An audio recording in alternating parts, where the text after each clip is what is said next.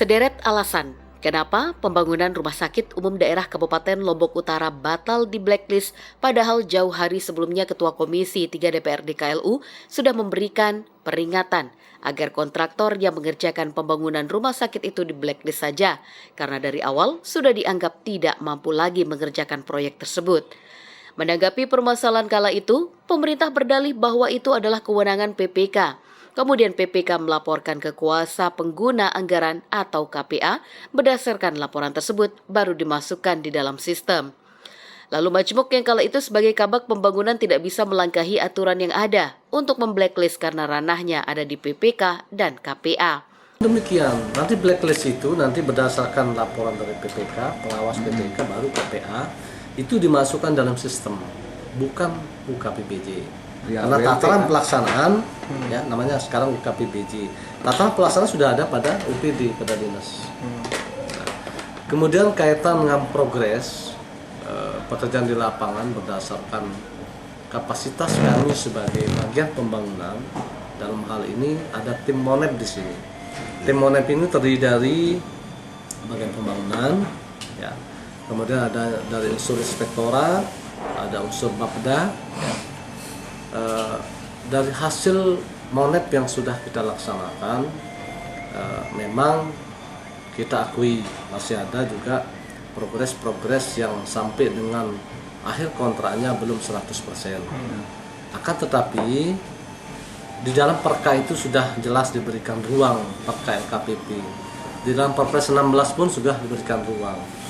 Nah, perpanjangan waktu artinya kesempatan yang diberikan oleh PPK itu pun ada aturan mainnya. Tentu apabila PPK itu beranggapan bahwa pihak pelaksana itu memungkinkan untuk menyelesaikan pekerjaan itu. Nah, progresnya sekitar 70%. Progresnya, kan? tetapi tidak ada menyebutkan 70%, 80% di sana. Atas keteledoran itu, PPK Rumah Sakit itu kini terjerat menjadi tersangka bersama dengan kuasa pengguna anggaran Direktur Rumah Sakit kala itu. Padahal sejak awal, DPRD Lombok Utara utamanya Komisi 3 yang membawahi rumah sakit itu selalu mengingatkan agar jangan menganggap sepele persoalan proyek pemerintah karena akibatnya sangat fatal jika ditemukan kerugian negara.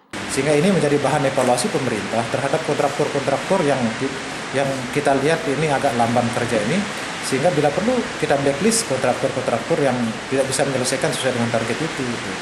Ini menjadi bahan evaluasi pemerintah. Kita minta pemerintah terus tegas.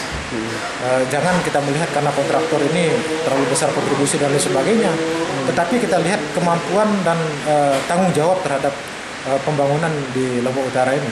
Karena yang ngerasakan kan kita sendiri, yang rugi itu masyarakat sendiri. Contoh, di rumah sakit umum sekarang ini, sampai saat ini kan belum bisa pindah masyarakat yang ada di rumah sakit sementara itu ke rumah sakit yang ada di induknya ini. Karena permasalahannya IGD-nya itu yang dibangun yang 5,1 miliar ini kan IGD-nya. Sementara pintu masuk masyarakat untuk masuk ke rumah sakit itu adalah IGD. Itu permasalahannya sampai saat ini rumah sakit itu belum dipindahkan ke rumah sakit induk itu. Yang rugi kan kita masyarakat. Nah, oleh karena itu saya tekan ini progres pembangunan tidak bisa dikejar oleh kontraktor. Blacklist saja kontraktor-kontraktor yang seperti ini gitu. Pemerintah harus tegas sekarang ini. Dengan ditetapkannya 9 orang tersangka pembangunan Rumah Sakit Umum Daerah Kabupaten Lombok Utara itu, maka diharapkan menjadi pelajaran bagi pemangku kebijakan agar lebih berhati-hati dalam mengelola uang negara agar lebih tepat sasaran dan tidak merugikan masyarakat. Dari Lombok Utara, Syananda Utama mengabarkan.